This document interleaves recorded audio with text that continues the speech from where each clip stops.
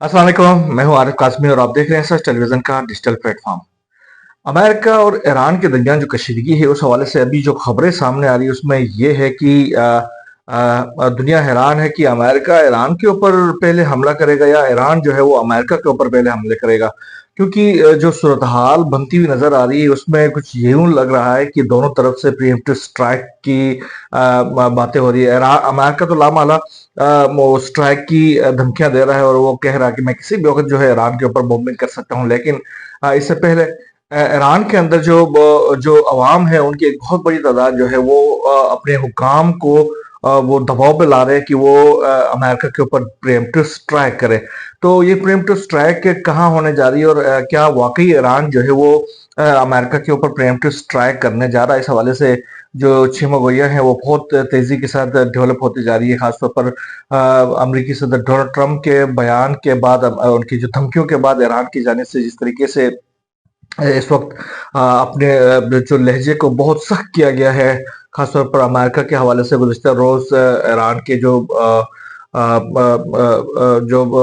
Ayatollah Syed Ali खामनाई जो Iran के supreme leader हैं, उनके मुशीर डॉक्टर अली लारजानी ने कहा था कि अगर अमेरिका की जानिब से इसी तरीके से दबाव की पॉलिसी जारी रही, अमेरिका की जानिब से ईरान के ऊपर कोई स्ट्राइक करने की गलती की गई, तो फिर हम मजबूर हो जाएंगे कि हम न्यूक्लियर वेपन्स की तरफ जाएं। इससे पहले भी याद होगा ईरान के supreme leader Ayatollah Syed Ali खामनाई ने भी कहा था कि ये हमारी शरई तौर पर हम इसको न्यूक्लियर वेपन्स बनाना जायज नहीं समझते, लेकिन अगर हम न्यूक्लियर वेपन बनाना चाहें तो अमेरिका के बस में भी नहीं है कि वो हमें रोक सके। तो अब डॉक्टर लारजानी का ये बयान बहुत ही अहमियत का हामिल है। उन्होंने खासतौर पर अमेरिका को मुखातिब करते हुए कहा कि हमारे लिए कोई इशू नहीं है, आपने अगर अपनी जो पॉलिसी है धमकियों की, तो फिर हमें मजबूरन फौरी तौर पर हम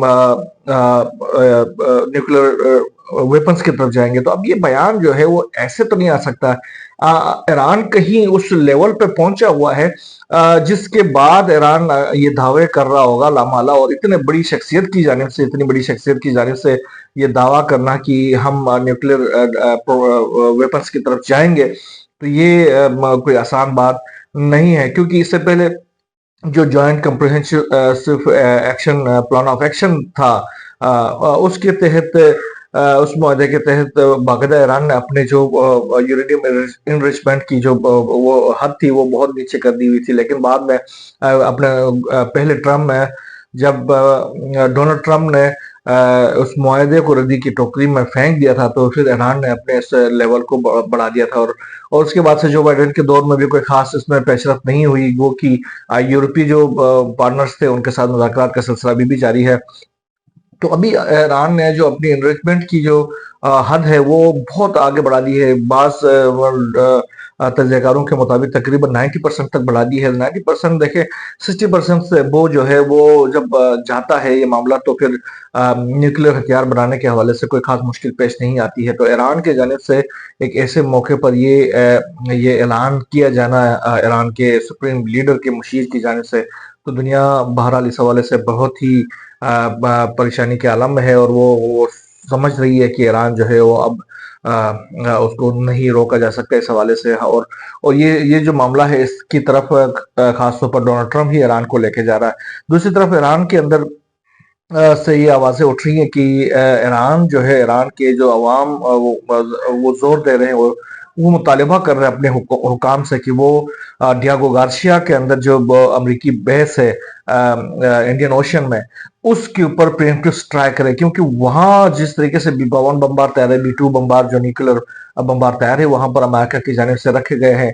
तो वहां से ईरान के ऊपर कोई हमला हो उससे पहले ईरान जो है प्रीएम्प्टिव स्ट्राइक करके उस बेस को तबाह कर दे। तो ईरान की के हुकाम की जानिब से भी इस तरह के इशारे अब सामने आते जा रहे हैं कि वो कोई इस तरह की एक्टिविटी कर सकते हैं अगर अमेरिका की दबाव जो है वो बहुत ज्यादा अपने पीक पे पहुंचता है।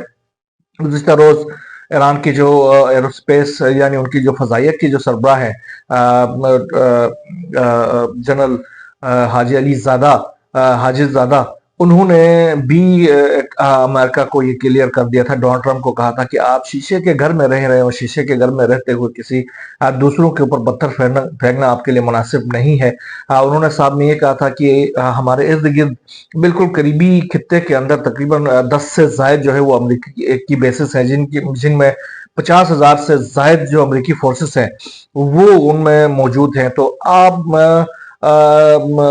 बताएं कि आप शीशे के घर में वाकई रह रहे हैं। आपकी जो 50,000 फोर्सेस अपनी उनकी जिंदगियों को उन्होंने कहा था कि वो किस कदर उन्होंने खतरे में डाल दिया हुआ है उनकी जिंदगियों को, कि वो अगर कोई इस तरह की हरकत करता है तो इन 50,000 जो अमरीकी है उनकी जो जिंदगी है वो फौरी तौर पर खतरे में आ सकता। आप शीशे के घर में रहते हैं और शीशे के घर में रहते हुए दूसरों के ऊपर पत्थर फेंकना आपके लिए खतरा है, हमारे लिए कोई खतरा नहीं है। आप अगर इस तरह करेंगे तो फिर 50,000 जो आपके जो फोर्सेस हैं उनकी जिंदगियां फिर महफूज नहीं रहेंगी।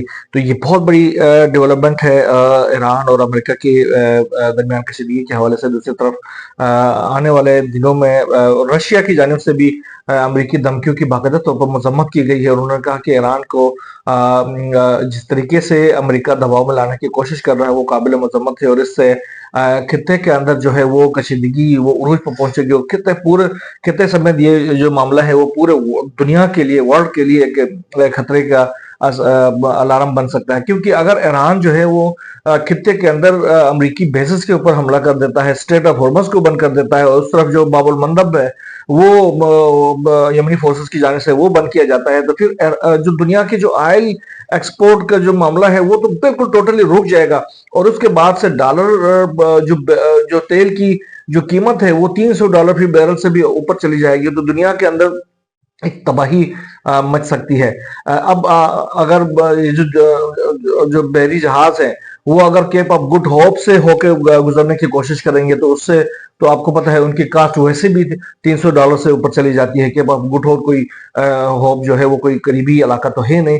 तो ये जो सबसे करीब तरीन इलाके हैं और सबसे जो आसान और सस्ते इलाके हैं वो जो है वो ईरान और यमन के कब्जे में है और वो किसी भी वक्त बंद हो सकते हैं। इसके बाद से आपको पता है कि दुनिया जो है वो माशी तौर पर कोलैप्स कर सकती है। तो ये भी दुनिया के जो लीडर्स हैं वो अमेरिका को समझाने की कोशिश कर रहे हैं। दूसरी तरफ अब अगर मिडल ईस्ट के अंदर जो ममालिक हैं खासतौर पर सऊदी अरब है, यूएई है, कतर है, बहरीन है, ओमान है, उर्दून है, ये तमाम ममालिक भी अमेरिका के ऊपर दबाव डाल रहे हैं क्योंकि ईरान ने कहा कि हम इन तमाम ममालिक के अंदर, मतलब उन्होंने अगर 10 से ज्यादा बेसिस की बात की है तो इन तमाम ममालिक के अंदर मौजूद इराक के अंदर उनके एनोल असद समेत बड़े बेसिस है, फिर जाकर शाम के अंदर बेसिस है। तो ये 10 से ज्यादा बेसिस हैं।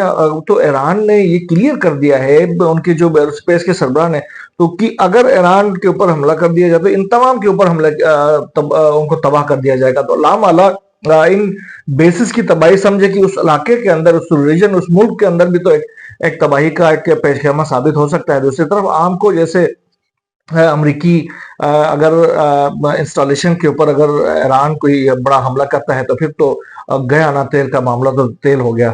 तो ये जो चीजें हैं आने वाले दिनों में बड़े सख्त किस्म के ये पैगाम दे रहे। दूसरी तरफ अगर यमन और अमेरिका के हवाले से बात किया जाए तो यमन के ऊपर अमेरिकी हमलों का सिलसिला जारी है। गुज़िश्ता 24 घंटों के दौरान भी यमन के ऊपर अमेरिकी हमले किए जाते रहे, खासतौर पर सना के ऊपर, हुदैदा के ऊपर, सादा के मुख्तलिफ इलाकों में गोनेट्स के ऊपर जो हमले किए गए हैं। सिविलियन इंफ्रास्ट्रक्चर है उसको निशाना बनाया जा रहा है, अवाम को, लोगों के घरों को निशाना बनाया जा रहा है। तो इसके जवाबी कार्रवाइयां भी यमन की जानिब से जारी है। एक और MQ-9 रिपेयर ड्रोन जो है वो गिराया गया है। तकरीबन 16 से जायद हो गए अभी तक इस पूरे अरसे के दौरान। ये तकरीबन तूफान अल-अक्सा के शुरू होने से अब तक 16 MQ-9 रिपेयर ड्रोन जो है वो यमन की जानिब से अमेरिका के गिराए गए हैं। 30 से $35 मिलियन का ये एक रिपेयर ड्रोन होता है जो कि अमरीकी इकोनॉमी के लिए एक बहुत बड़ा ब्लो तो यही है। ये गुज़श्ता रोज भी उन्होंने गिरा दिया। साथ में जो रेड सी के अंदर अमेरिकी इंस्टॉलेशन है उनके ऊपर हमले किए गए हैं और साथ ही तलबीब के ऊपर हमले किए गए हैं। रेड सी के ऊपर 2 से 3 हमलों की उन्होंने कहा कि हमने 3 बार मुख्तलिफ जावियों से उसको निशाना बनाया, वक़्फ़ों के बाद उसको निशाना बनाया जिससे उनको काबिल कदर नुकसान पहुंचा है। डिस्ट्रॉयर से मौजूद है उनके ऊपर हमले किए जाते हैं। یاد ہوگا آپ کو، میں نے گزشتہ بلاگ میں بھی کہا تھا کہ جو U S S Harry Truman ہے اس کے جو اطلاعاتی مرکز، جو ان کا جو ٹاور ہے، اس کو تباہ کر دیا گیا تھا، جس کے نتیجے میں اس کی جو انفارمیشن حاصل کرنے کی صلاحیت جو ہے وہ ختم ہو گئی تھی، اور وہ ایک طرح سے ناکارہ ہو گیا تھا۔ دوسرے ان کے جو یو ایس ایس ولسن جو ہے وہ ادھر موجود تھے۔ اس طرح کی جو صورتحال وہاں بھی بہت تیزی کے ساتھ بڑھتی جا رہی ہے۔ دوسری طرف جو ہے لبنان کے اندر اسرائیل کی جانب سے ایک بہت بڑی کارروائی کی گئی ہے۔ اسی طرح غزہ کے اوپر بھی عید کے روز ہیں، اور ان روزوں میں بھی اسرائیل کی جانب سے، ان دنوں میں بھی اسرائیل کی جانب سے غزہ کے مختلف مقامات پر حملوں کا سلسلہ جاری ہے۔ رفح کے علاقے میں گزشتہ روز جو کارروائی کی گئی ہے رات میں، تو اس کے نتیجے میں تقریباً 5 سے زائد افراد وہاں پر شہید ہو گئے ہیں، اور مجموعی طور پر تقریباً 1500 سے زائد افراد اب تک اس تمام یہ جو 1 سے 1.5 ہفتے کا عرصہ ہے اس کے دوران شہید ہو چکے، جس میں بڑی تعداد جو ہے وہ بچوں اور خواتین کی ہے۔ بہرحال جو مشرق وسطیٰ کی جو صورتحال ہے وہ بہت تیزی کے ساتھ بگڑتی جا رہی ہے، اور اس پہ ہماری نظریں ہیں۔ انشاءاللہ جو بھی نئی ڈیولپمنٹ سامنے آتی رہے گی، انشاءاللہ ہم آپ سے شیئر کرتے رہیں گے۔ یہاں بس اتنا ہی، اللہ حافظ۔